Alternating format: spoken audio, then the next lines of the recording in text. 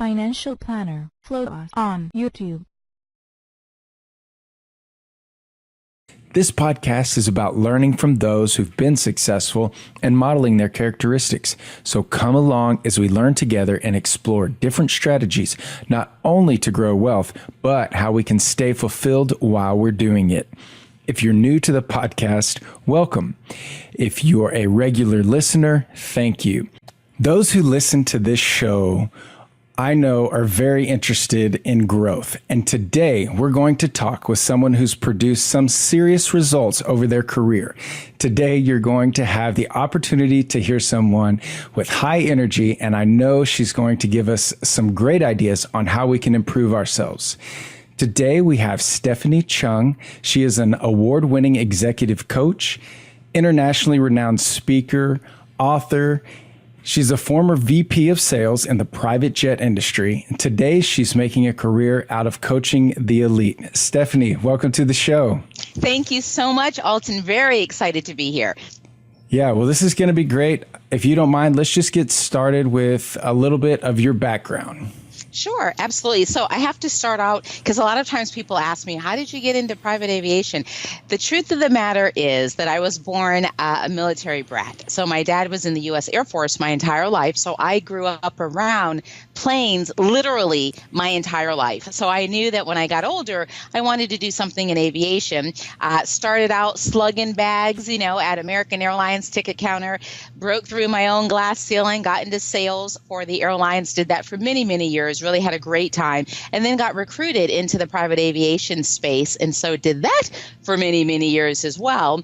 And when I ended my career, I was the VP of sales for a dynamic team in the private jet industry that sold nearly $1 billion each and every year.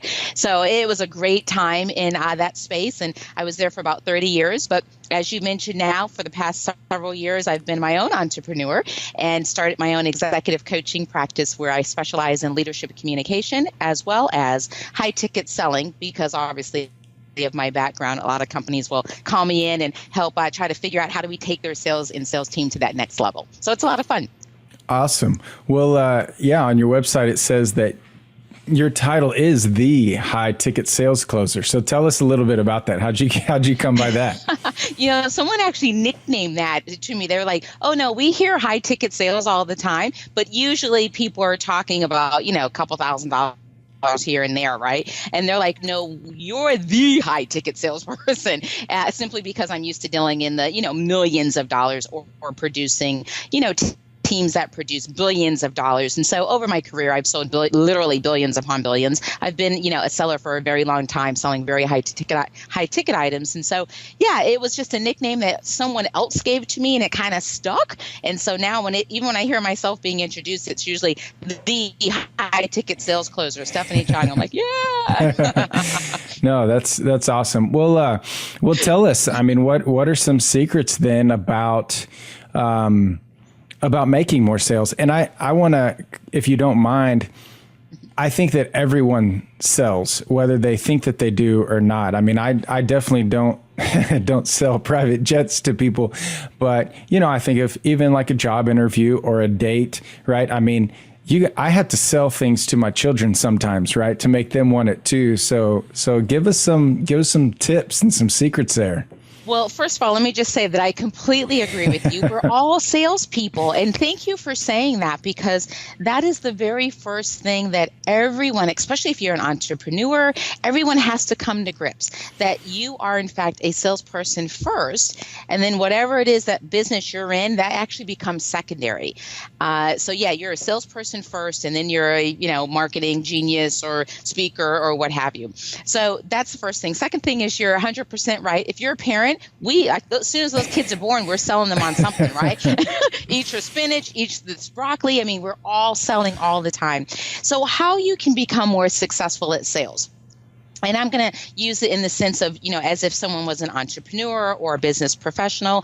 At the end of the day, I absolutely spend so much time teaching and sharing and coaching and mentoring people on what is the true art of sales. It is not about talking or having the gift of gab or being a people person. I hate when I hear any of those things. Sales really is an art form. And just like any other reputable profession, it needs and should be respected at that same level. We are the ultimate in communicators.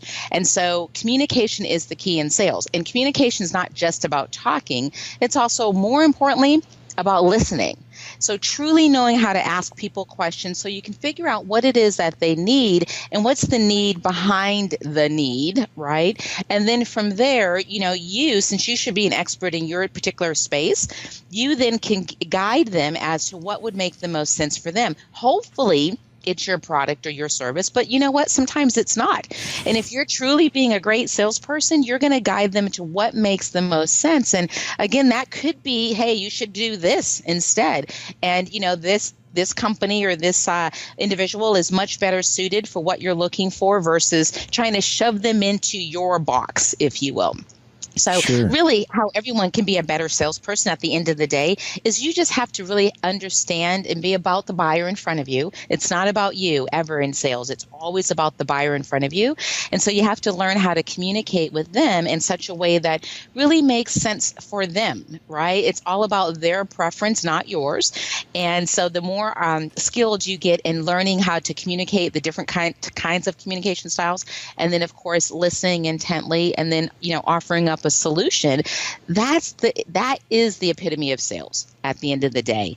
So I mean, when you're, I guess, do you think that makes you better suited for different types of industries? I mean, working with, in the private aviation, it seems like you kind of knew that niche, but I would be willing to guess that you could go, sell cars or sell some other things too, just because of your skill set. Absolutely. And once you get the skill set, you really can sell anything, right? So again, whether it's your kids and selling them on broccoli all the way up to private jets or yachts or what have you, it's not so much about, because the skill set of sales is the exact same, regardless of what you're selling and who you're selling to. Selling skills are the same. Now, what's different, obviously, is the people that you're selling to, and of course, the industry is different, but the actual discipline of sales is the exact same. So, yeah, one of the things that's interesting, I didn't grow up, I'm a military brat, right? So God knows I didn't grow up with a silver spoon in my mouth. So when I got into the private aviation sector, all of a sudden I was working with individuals that control the world economy. They have there's the people who, worked for them. A lot of them had, different help because they managed their home or their what have you. Their help lived in houses bigger than mine, right? Sure. So you're just dealing with a different mentality. I didn't grow up with that kind of wealth, but because I did have the basic understanding of sales, it didn't matter that they were a high net worth individual. What mattered was going back to the core of what we just talked about, being able to really listen to them and figure out what they need, being able to offer up a solution that may or may not have been my product, and really, altering my communication style so that I would really making it comfortable for them and speaking to them in a way that they preferred. Yeah. Just a little side note on the communication. I thought that in some of our email correspondence going back and forth before the interview, and I'm pretty sure I've heard some interviews that you've done before, but it's like I could hear you talking through the email, which I thought was, personally, I've been working on trying to get that going, but I just think that that's an amazing thing that I could hear your voice just reading the words, so it's pretty good communication as far as I'm concerned. Well, thank you so much. I appreciate that. At the end of the day, I always like to, as much as I can, I'm my brand, right? We're all our own brand. And I know that you have a background in marketing. And so hopefully I'm hitting this on the head that, we are an extension of our brand. We're our own brand ambassador. And so what do we want that tonality to sound like? And I'm a pretty easygoing person, happy-go-lucky, not a whole lot, gets under my skin. And so I want people to feel that whenever they're communicating with me or anyone on my team for that matter. So thank you so much for saying that. I appreciate it. Sure, no problem. So while you're coaching people, it's because they have a goal. They're trying to get somewhere, maybe they're stuck, and you're going to help them figure that out, help motivate them, all the things that you do. So tell us a little bit about some ways that we can reach our own goals quicker. Ooh, that's a good one. Uh-oh, you're laying the heavy questions on me today, Austin. I try. So the very first thing that you want to do is definitely write the goal down. Because, and by the way, everything that I'm going to say is probably things that you've heard before. And the reason why people keep saying it over and over is because it's true. It isn't that complicated. You really do have to write the goal down. Now, let me tell you why you write the goal down. This some of your listeners may not have heard. The reason why you write the goal down is twofold. One, it gets you committed, right? So if you write something down, you take it a little bit more seriously. But two, the brain doesn't actually know how to decipher what's true and what's not true. It doesn't know. And so when you write down something as if it's already happened, the brain now starts to kick into gear to just start to figure out, well, how do I make this happen for you? It doesn't know whether it's true or not. That's one of the reasons why you write it down. That's also the reason why you put your goal in your face all the time so you can see it. Because again, so I'll give you an example. Let's say you have this desire, you want to go buy a black Jeep, right? And you want to save up all your money because you've been looking at this and you decided you're going to buy one. Well, now you know everywhere you go, all you see is a black Jeep, right? That's just the brain going, okay, he wants a black Jeep. And they don't know that you haven't gotten it yet, right? The brain just knows this is what you want. And it now goes on high alert that all you see is this black Jeep everywhere and anywhere. So that's one of the reasons why you write it down. And that's the reason why you write it down. And then more importantly, what I always say is if you're serious about your goal, then get serious about the goal. So let's use the black Jeep for an example. If that's something that's important to you and you'd like to achieve it, then go out there and test drive a black Jeep. Go inside, smell it, touch it, feel it, drive it, figure out what the price is, have them work up the price for you so you know what your payments are going to be. Own it. Right? If this is seriously a goal, then you've got to get it committed that you're going to get this accomplished. So my favorite saying, and I actually stole this from somebody else, so it's not like I made it up, but my favorite saying is, no excuse, just produce.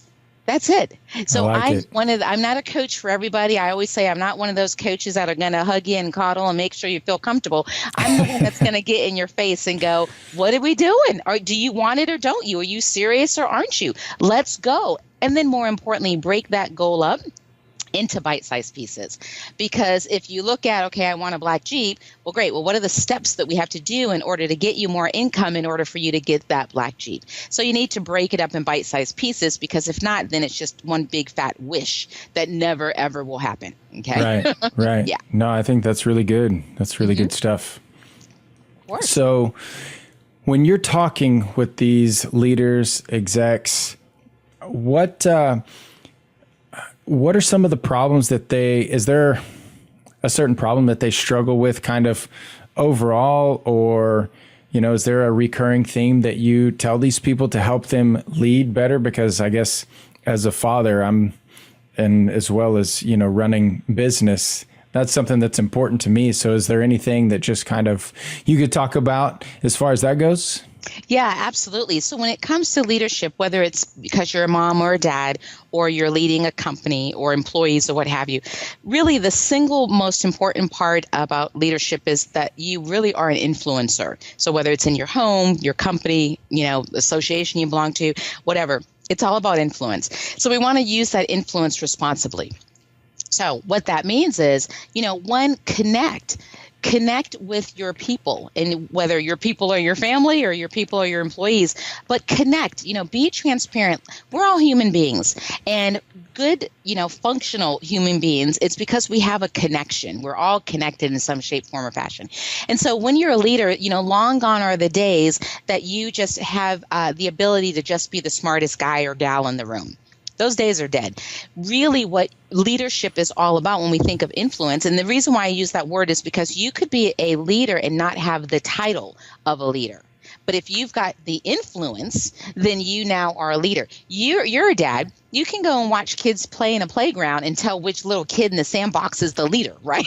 Sure. They don't have a title. They're just kind of running the show, right? Mm-hmm. They're using their influence to get what it is that they want, or, what have you. So influence is really key. But when you think about leadership, there's a couple things. One, you want to make sure that, leadership now is not about just your competency and your technical skills.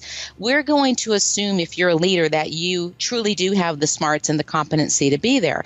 So beyond that, what's really more important is, do you have the ability to connect with people? Can you mentor your folks? Can you develop your folks? Can you, communicate with your folks in such a way that it's not about you, but about them? So you're communicating to them in a way that they're going to get it, and that they're going to, see the vision and what it is that the team is trying to get accomplished, or the company is trying to get accomplished. And then more importantly, most people want to know, now, what's the role that I play within that? Because sometimes from a company perspective, we can have these great mission statements, but your average employee doesn't know, well, what does that mean to me specifically, right? So, and I know a lot of your listeners unfortunately, work for companies like this, where it's like, we have a mission to, sell more books. Okay, why? Right? Why are we doing this? So it's really important that as leaders that we really dive into, so people understand the why behind what it is that we're doing. And that's, again, true whether you're leading your family, or leading a team, or leading a company. So engage with your people, connect your people. If you have them, they're worth leading and training and developing. So that's super important. And then, let them voice their opinion. If you're the leader, you should probably be the one speaking the least. Ask your people, get their input. They're the ones closest to the situation anyway. And that's when you'll notice who, from a leadership perspective, does a really good job using their influence, but for good, right? Sure. So they're sitting in the room, and they're the ones that aren't talking the most. They're listening. They're getting the team to collaborate, the team to engage. And of course, if they've got to step in, they can, and they will. But I always tell leaders, your whole focus should be, you only should be speaking if absolutely necessary. Other than that, you should let the team collaborate, and you listen, and you challenge, and you guide, but you don't speak the whole time. Yeah. So why is it that maybe more leaders don't do that? I mean, what else are they doing? Like, I mean, when you're coaching someone like that, what are you saying? You're spending too much time doing this, more of this. Yeah, a lot of times when I'm coaching, I'm spending a lot of time with the leaders, challenging them on this age-old problem that a lot of people have, which is the need to be right. Yeah. And that is, if that's the piece that usually I have to work hard on breaking. Okay. Because do you have to be right, or is it about moving the organization forward? And so, and a lot of, again, a lot of us struggle, in it. We just don't really think about it that much. But I don't care whether you're a leader, you're a salesperson, you're a parent, is the goal to literally solve the problem, or is it just for you to get, your opinion out there, and for you to be right, and you to be the smartest person in the room, and you to be the authoritative one? If that's the case, then that's not really leadership. Dictatorship, perhaps, but not leadership, right? Right. Sure. So it's but in fairness, to answer your question, why do some leaders struggle with it? Because this is the new way to lead. Right now we've got 4 generations working. And so the way that you would lead a baby boomer, let's say, is not the same way you would lead a, millennial.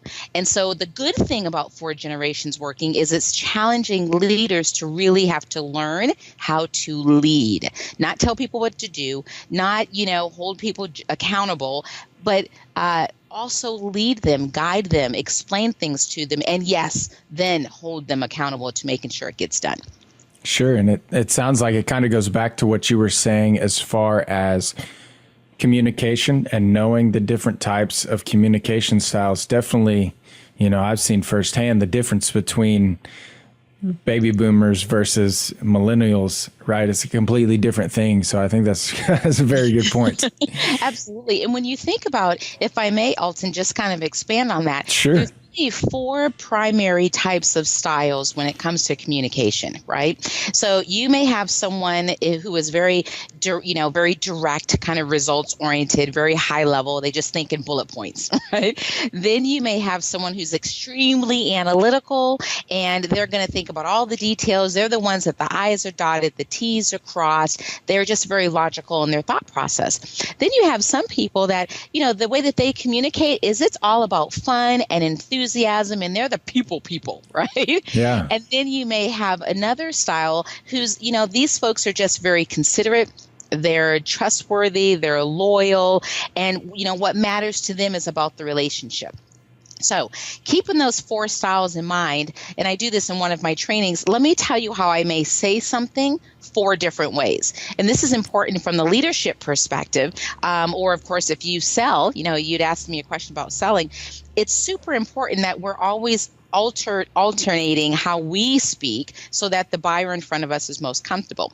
So if I'm talking to someone who's very direct and high level and just about the bullet points, then I'm not going to give them a lot of details. So I may say something like, let's say it's you, Alton, I'm excited about working with you. You can expect a 40% increase just by us working together. Now that's very high level, top bullet points. You don't need the details. All you heard was 40% increase. Great, I'm in, right? If I'm talking to someone who's a lot more detail oriented, who needs those details, it's important for me to shift my communication style because I'm not a detailed person. So I'm now going to say to that detailed person, so Alton, I'm excited about working with you. When you and I work together, you can expect in the first 90 days about a 42% increase. See, I'm going to give you a little bit more detail because that's what you want, okay? Right. If I'm talking to someone who's a people person who doesn't want any details, they just know that they like me or whatever, I'm going to say, Alton, you know what? I can't wait to work with you. Your numbers are going to go up. That's all I'm going to say. I give you no details, right? Yeah. And then if I'm talking to someone who is very considerate and they care about the relationship, then I may say, you know what, Alton, when we work together, not only am I excited to work with you, but here's what you can expect. You can expect in 90 days a 42% increase to your top line sales. But more importantly, I'm going to be with you every step of the way. So I've said the same sentence, but four different ways, right? Right. And so it's important to remember that one size never fits all. So whether we're selling or we're leading, we should always be alternating our styles so that we are communicating to our buyer or to our employee or to our kids in a way that they're most comfortable, because once they're comfortable, they'll receive it more than us talking just the way that, we talk and we expect everybody to line up. Sure.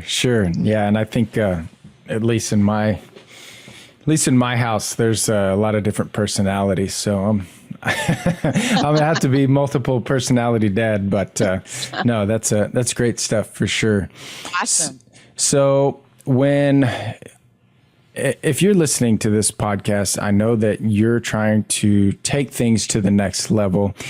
And we've talked before some about this work-life balance.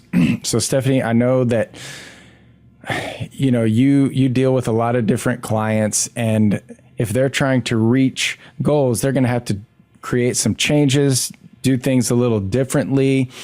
And, sometimes that involves some sacrifice. So how do you, when you're coaching, how is it that you approach that subject of the work-life balance?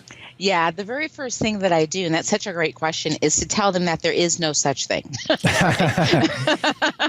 Those days are dead. So, but what you are trying to accomplish is, what is it that you need to be doing and when? So I'm more of a fan of, when you're working, work, and when you're off, be off. And whatever that is for you. So sometimes, because some people love to work. So they're like that type A personality, and they just really like to grind it out all the time. That's okay. There's nothing wrong with that. But when you're working, work, and when you're not. So here's what I mean by that. let's say you're working and you run your own business, but you're working, your business is from home. Well, if you're working from home, running your own business, then when you're working work, that doesn't mean, well, let me stop, let me put some clothes in the laundry, let me, cut the broccoli for dinner tonight. That doesn't mean that you're not working, right? Right. Sure. So you really do have to it's a discipline issue more than anything, because your money will always be held up in your time, and your time really comes down to your daily discipline. What are you doing every minute of every day that's going to drive you towards that goal? And so when you are off, though, in the same sense, because we are a whole person, right? We have our family lives and our work lives and, whatever kind of community activities we do. Sure. So it's a balance, or I shouldn't say it's a balance, but it's something we have to keep in mind. So when you were home with your kids or home with your family or out with your girlfriends or what have you, then be present. Sometimes the best gift we can give people, the presence of our presence, is the goal, right? So, Sure. So just be 100% focused. And I'm always, I remember I was guilty of it as well, which is why I'm so passionate about it now. Whenever I'm coaching clients, a lot of times I'm an executive coach and business coach, so we're always focused on business. I'm not a life coach, right?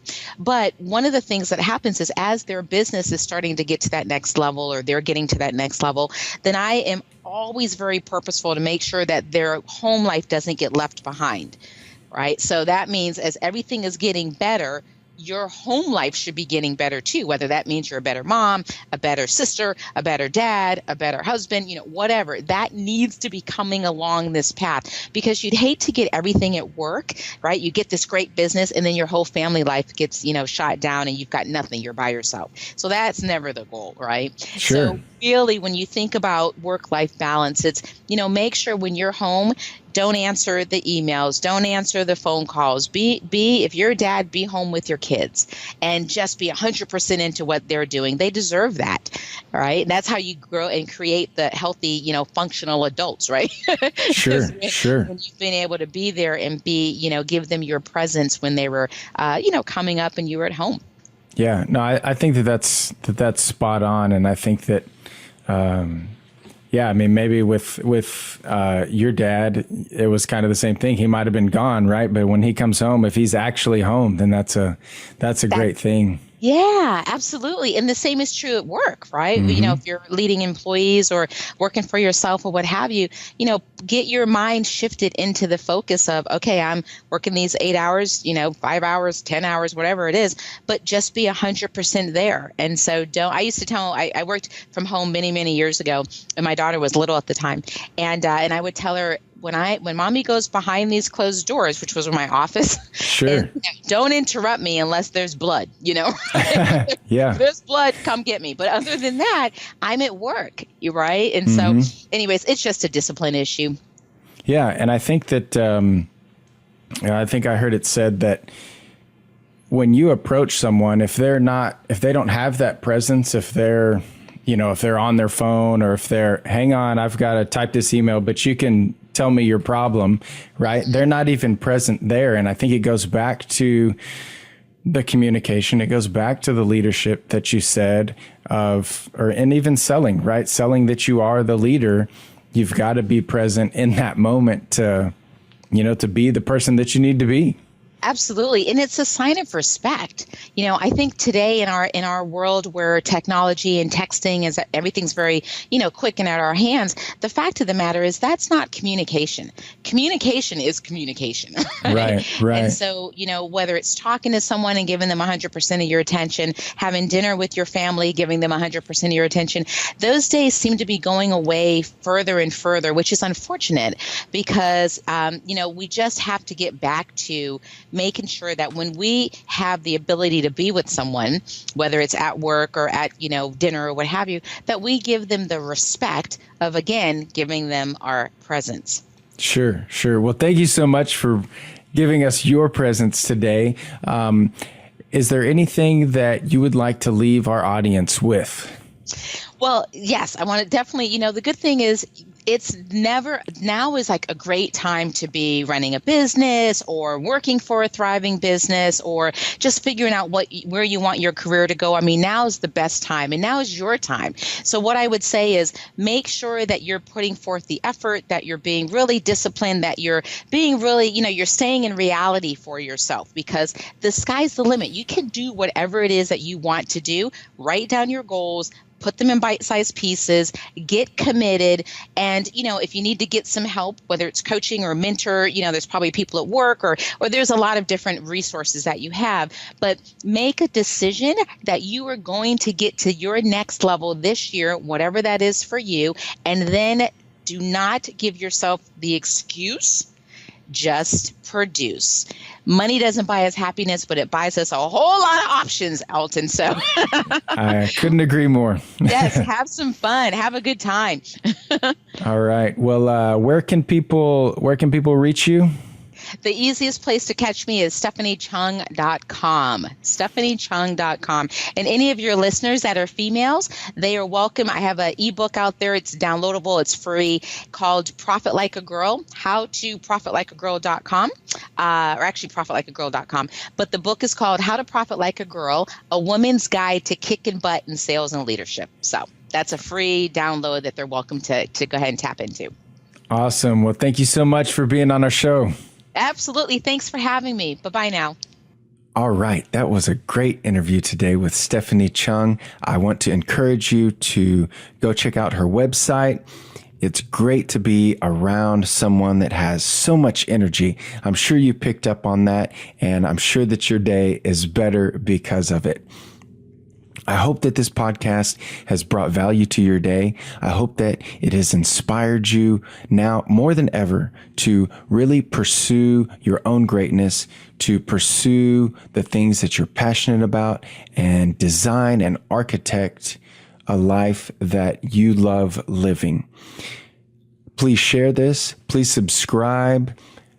If you are struggling financially, stay tuned. We're going to have more podcasts. We're going to be talking to more experts that can help you get to where it is that you want to be. As always, thank you so much for listening.